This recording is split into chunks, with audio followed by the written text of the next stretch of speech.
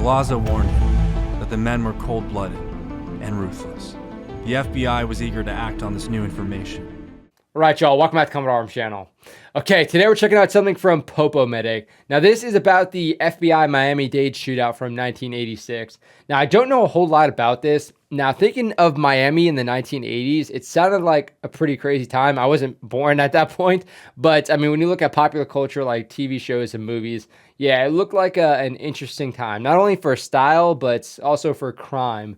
So if the FBI was involved, I don't know if there was like a federal crime committed or if there was like some hostage rescue thing. But if it's a shootout, I imagine it's not necessarily hostage rescue. For the FBI to get involved in the shootouts must have been a pretty big thing. Now, with the war on drugs kind of in full swing at this point, more than likely it was like a gang or drug related kind of thing. But of course, if you guys have anything to add as far as like maybe your personal perspectives, if you saw this on the news as you were, growing up, let me know how that was and let me know what your perspective was of it. But yeah, it should be an interesting one. Let's check it out. Friday, April 11th, 1986.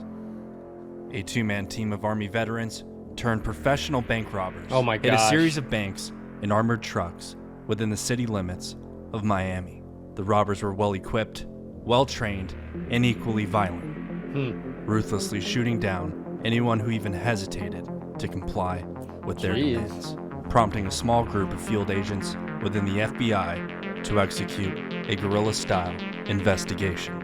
And after a months-long game of cat and mouse, the FBI and bank robbers would intersect by chance in a quiet suburban neighborhood, setting this. Okay, I'm not sure what he meant by like a guerrilla investigation. Now, I'm sure at this point they probably already knew that it was these guys, or they had like a good idea of what the vehicle or description was. But I'd imagine if they were trying to get proof, they would be a little bit more low-key. That's why I'm thinking they probably knew who it was.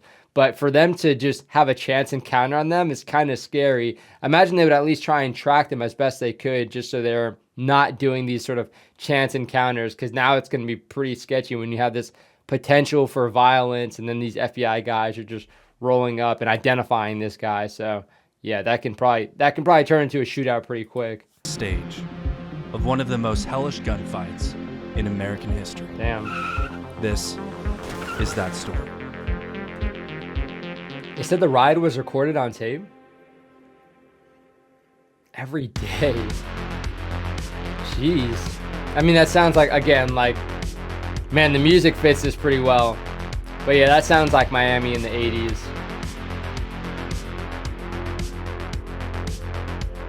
Dude, he has the perfect aesthetic for this type of video. I mean, I've mimicked this myself with the shorts. If you guys have seen my roller skating short. Andrew Hales. Andrew Hales. Isn't that the dude who does the Loft, the awkward stuff? Andrew Hales. Yeah, I'm not sure if that's the same Andrew Hales from this YouTube channel, but if it is, that's kind of an interesting matchup.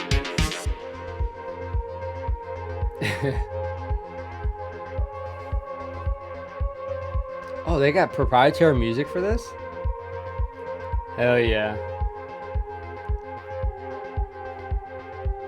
In 1985, violence in Miami became endemic, from bank robberies to homicides to the drug trade. And while the country as a whole waged the war on drugs, Miami had its own war on drugs, overseen by the president himself. And between the drugs and the uptick in robberies, the FBI stepped in. Yep, sounds about right. Damn, FBI in Miami in the 80s, that must have been... You could write a freaking book from each of the agents. Notorious as the C1 Miami Bank Robbery Squad, consisting of 15 special agents, the units tasked with one thing and one thing only: catching bank robbers. And for the first time in its history, the C1 squad encountered an unknown category, a crew of 2 armed individuals seemingly operating without subset or gang allegiance. And out of the Colombians and the various street gangs committing hundreds of armed robberies, it was somehow a crew of 2 guys who rattled the FBI to its core. Yeah, Michael especially Platt veterans. and William Maddox both met as military police officers while serving in the United States Army. Freaking Platt, MPs. a former infantryman, and Maddox, a Marine who later re-enlisted in the Army, were both highly capable. Oh my gosh. Yeah, so I did the same thing, joining from the Marines to the Army, but I'm pretty content in the Army. I didn't ever feel like I should get out and start robbing banks for a living. In the Army were both highly capable combat veterans, and the two became inseparable until Maddox eventually got out of the service and settled down with his wife in Columbus, Ohio. Meanwhile, Platt left the Army and started his own landscaping business down in Florida. Okay. The two would frequently chat, and it became clear that Maddox longed to live near his best friend in Florida, but it was nothing more than a pipe dream and a far cry from his stagnant and predictable life in Ohio. But around this time, on December 30th of 1983, conveniently Maddox's wife was horrifically murdered along with her coworker. Maddox was a suspect in the case, but no proof could be brought against him. He collected a $350,000 life insurance policy and reunited with Platt in Miami. And at almost a year to the day of Maddox's wife's murder, Platt's wife allegedly took her life, leaving Platt with 3 young children. And although suspicion would tell you they deliberately sought freedom, whether financial or psychological, the two still elected to settle once again, as both men remarried and lived the quiet suburban life. What a freaking gnarly twist. My gosh. Oh man, those kids. That's so messed up. I mean, we had like a pretty crazy backstory when we checked out the Navy SEAL serial killer video, but this one just, yeah, it's hard to kind of match up to this. It's so messed up. I imagine if all this happens, you know, these suspicious things, and then they sort of move in together and remarry, they're probably on they should have been on somebody's radar for at least for a little bit. But yeah, I don't know. That's really jacked up. They were robbing drug dealers. The media would have us believe that they were 2 suburban family men turned bank robbers. But it's very obvious they were 2 bank robbers disguised as family men. On October 9th of 1985, an armored truck made a scheduled drop at a Steak and Ale restaurant off of South Dixie Highway. Platt and Maddox rounded up the courier well armed with an M16 and revolver. The driver refused to get out and drove away following company policy. Okay. Platt and Maddox opened fire, striking the vehicle 15 times before deploying a smoke grenade and fleeing the scene altogether. They made out with a mere score of $2,800. Okay, so Metro-Dade County Police and the FBI responded to the scene. Okay, so if I was a courier back then, especially in this area, I would not feel that comfortable going to work with all this going on, one freaking robbery a day. And again, you have to think like, so the SOP is to drive away. Okay, that makes sense. But I would want at least like one other dude with me and both of us to be pretty well armed. But I don't know. I guess maybe there might have been some restrictions for the actual company to be able to do that. But geez. And the dude had like a probably like a proper full auto M16 lighting the vehicle up. I'm guessing he immobilized it and was able to get some money out of it. But geez Louise, like I would not feel comfortable going to work. In charge, FBI Violent Crimes Unit Supervisor, Special Agent Gordon McNeil. Many of the witnesses stated that the robbers looked like true professionals, from the way they spoke to the way they moved and carried their weapons, leaving the FBI to suspect the culprits to be either police officers or ex-military. And due to their overall failure of the heist, the FBI predicted they would strike again. And only 1 week later, yeah, they were definitely military. Probably some washed-up military dudes. They were right. Okay, I wonder how many there were. How many can you do without getting caught?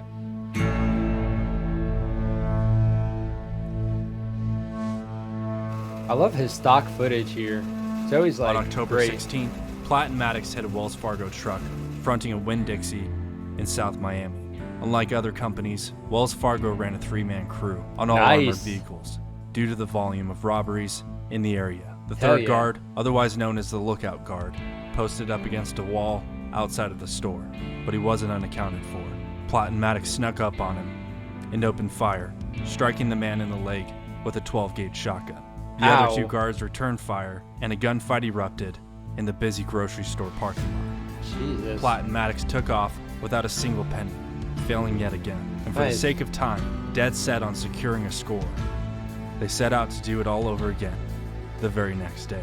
I'm guessing the dude that got hit with the shotgun ended up living, but oh my gosh, like Yeah, that dude, you're definitely going to be rethinking. I imagine they probably compensated him pretty well, but yeah, to be on a lookout and then somebody sneaks up on you and shoots you with a shotgun, like you'd be paranoid for the rest of your life, probably.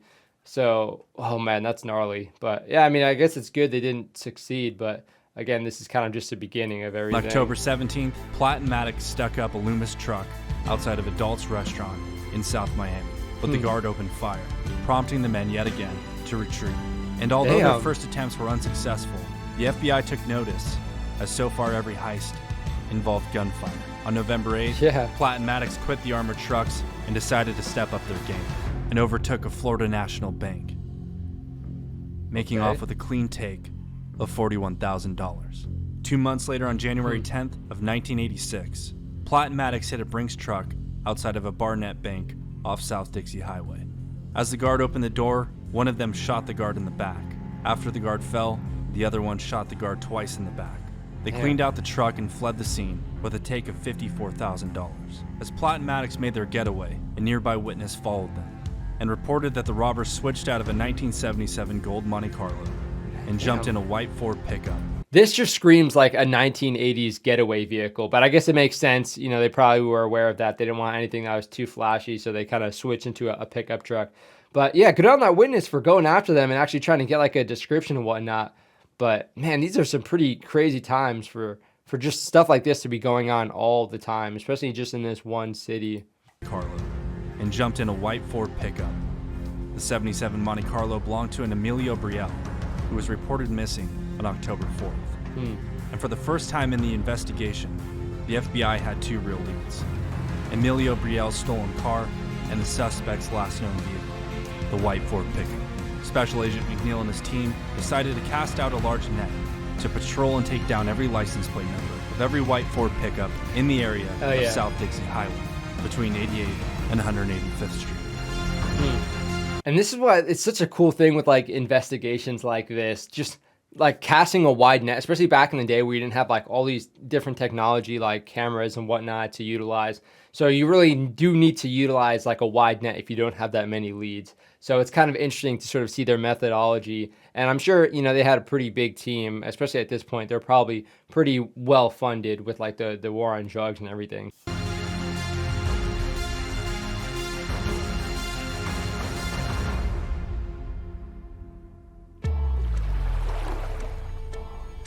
ASMR right here.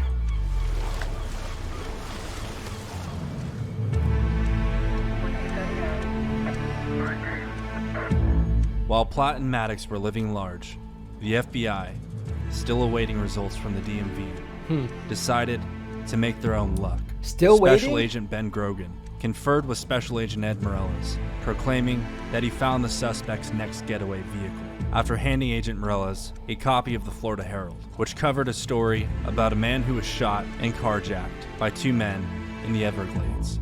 But miraculously, the victim survived. Special Agent Grogan arrived at Jackson Memorial Hospital and conducted an interview with the now stable victim, Jose Collazo. Collazo stated that he was carjacked by two white males while target shooting. He reported that the men shot him multiple times before one of them fled in a white pickup. Dude, to make that connection and actually follow it, like, good on him. Like, that's pretty freaking persistent to just get something like that and be like, you know what, I'm going to, I see a potential lead here. I'm going to go and actually follow up on it. And then it actually pays out. It's like, that's kind of impressive. And the other in Collazo's 1979 black Monte Carlo, bearing Florida license plate NTJ 891. Damn, got him. Collazo warned him that the men were cold-blooded and ruthless. The FBI was eager to act on this new information. However, Platt and Maddox struck again, hitting the same Barnett Bank and making off with $8,300 before fleeing in a black Monte Carlo. Oh my God, sloppy now. The game of chess was coming to its end. But unfortunately in life, not every game has a winner, and not every game has a loser. Yep, it's about to get... Not every player plays to win. It's about to get nasty, huh? I'm sure they were rolling up pretty deep on these guys, though. But if it was a chance encounter, not so much. Is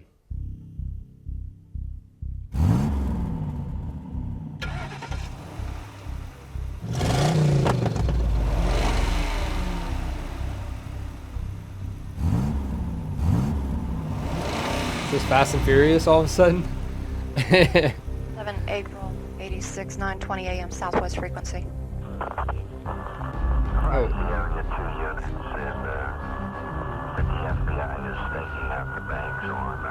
Okay. Section area 2 units.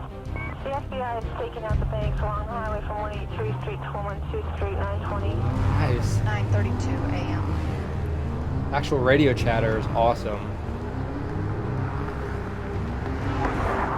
Really brings everything together. Unit 60. 2960 to southwest.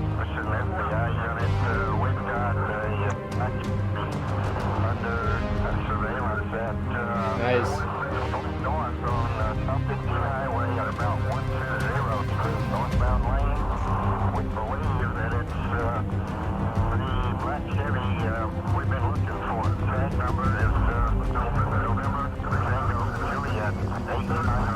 Oh snap, dude. Okay, so yeah, they were doing surveillance on them.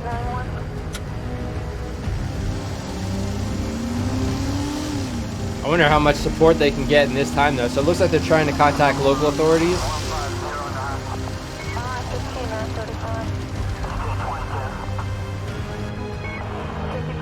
I hope they had like a rifle at least.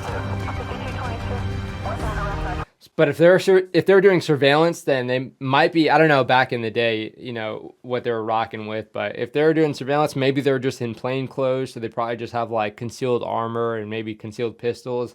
So, but again, hopefully you can at least throw like a rifle or something, you know, in the back seat or in a compartment, so you can utilize that if you need to, especially when you know that this person or these guys are extremely violent, you know. But I don't know what the SOP was, and I don't know what they were necessarily allowed to do.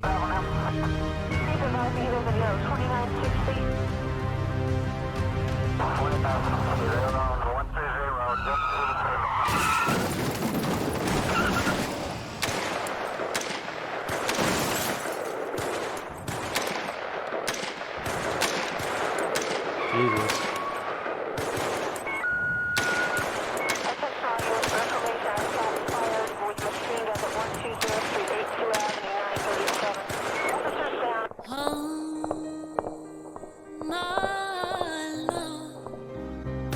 Oh, no kidding. Were those two FBI agents killed then?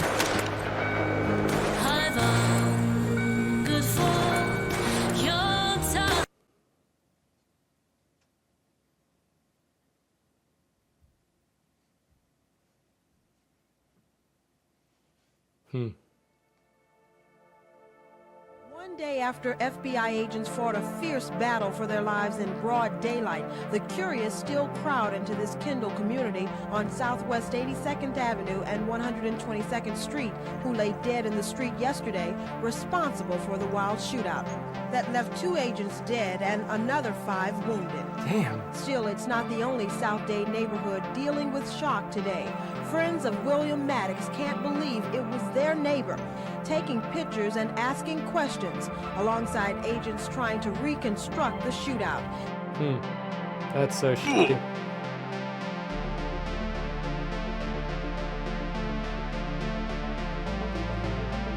Dealing with questions alongside agents trying to reconstruct the shootout.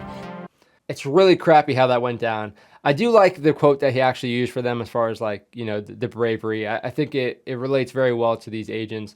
Now, it's such a crappy thing. I wonder what their surveillance was like. I mean, I imagine, you know, if you have the support and you can have like a bunch of different vehicles or, you know, all these different radios, it's a little bit easier. You can kind of communicate that and not have just one car following them. Because then if they do see that car following, then they might get suspicious. especially for these guys. I'm sure they're suspicious all the time, and they're always looking out for vehicles like this. And I'm sure it's an even trickier thing for the FBI because, you know, I'm sure they have these resources, but they don't want to implement all of them at once because they probably don't want to spook these guys or, you know, showcase these resources to them and turn it into like a high-speed chase or what have you. But if those guys do flip the switch suddenly and the FBI guys don't have that support or resources on standby, then, you know, it can probably get pretty ugly, kind of like what happened here, which is, again, it's just a hard thing for them. I imagine that's a hard sort of balance to work out.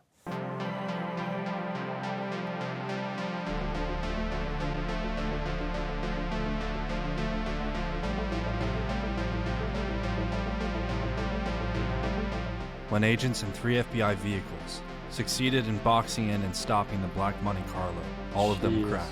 Platt and Maddox immediately jumped out and opened fire as the agents scrambled. Special Agent Gordon McNeil quickly recovered his .357 Magnum that he lost during the initial collision and sidelined Maddox with 3 rounds to the torso until McNeil was struck in the neck, falling paralyzed to the ground. Special Agent Richard Manauzi was unable to recover his revolver in the wreckage and was struck in the head and the back by Platt. Special Agents Dove and Grogan were both killed, at which point Platt entered Grogan's vehicle on the attack, opening fire on Agent Morales. Special Agent Gilbert Oranita returned fire with his .38 Special and was wounded by shrapnel and debris from a near miss of Platt's .223. Man, again, so like, this is something that just blows my mind. This is the 1980s. They had better weapons out there. At this point, I'm pretty sure at this point the Beretta was even available, but you had like semi-automatic handguns, you know, handguns that held more. But for them to be rocking revolvers seems like such a weird choice for me because, again, you don't have that much firepower. And if you have these criminals that have like M16s and whatnot, you're going to be severely outgunned. And at that point, you just need more people to support. And if you don't have them on standby right away, then it's going to get very, very scary. So I kind of wonder what the choice was or who was behind the reasoning of using revolvers for this long. So if you guys were in the maybe police force, if you know somebody that was in the police force, or if you kind of read something as to that reasoning for using revolvers, even up until this point, let me know. Because again, it's something that eludes me. It just seems like such a weird choice to do, especially when you have criminals that have machine guns at this point. Special Agent John Hanlon fired 5 rounds from his .38 Special until he was shot in the hand and groin. Agent Morales was shot in the left arm, but continued to return fire with his 12-gauge shotgun, one-handed. Once his shotgun was exhausted, he rose to his feet, drew his service revolver, and rushed both Platt and Maddox, single-handedly, killing them both. What a freaking legend, dude. Badass. The incident changed the way law enforcement thinks and equips its officers. Yeah. Grogan's wife and fellow Special Agent Sandra Fritsch would move on and remarry, and she honorably served the Bureau for 36 years. On September 9th of 2021, Sandra Fritsch passed away and was laid to rest beside her first husband, Ben Grogan. Damn. That's tough. Special Agent Ed Morales wrote a book about the event titled FBI Miami Firefight. I highly recommend it, and I'll leave a link to his book in the description below. Okay, absolutely. We'll check that out.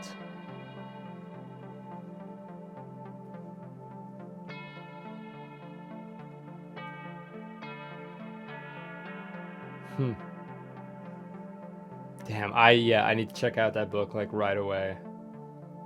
What a badass. Good stuff, man. You know, it's never easy focusing on the negatives or kind of looking at what could have been done better to help with their success. But I'm glad they did use this as a sort of lessons learned to be able to equip everybody in the future. Because I wouldn't say this was preventable, but the sort of mismatch in firepower definitely could have been prevented. And, you know, maybe they could have had the upper hand a lot sooner as opposed to kind of what we saw here. And, you know, if that agent didn't rush him, who knows where it would have went at that point. So it's pretty gnarly. Now, this did remind me of a video that I checked out by an individual. He does a lot of really, really interesting gun content. But this one, he kind of reenacted, you know, what it was like to be in that shootout. So Paul Harrell, you guys, if you guys watch gun content on YouTube, you've probably seen his videos.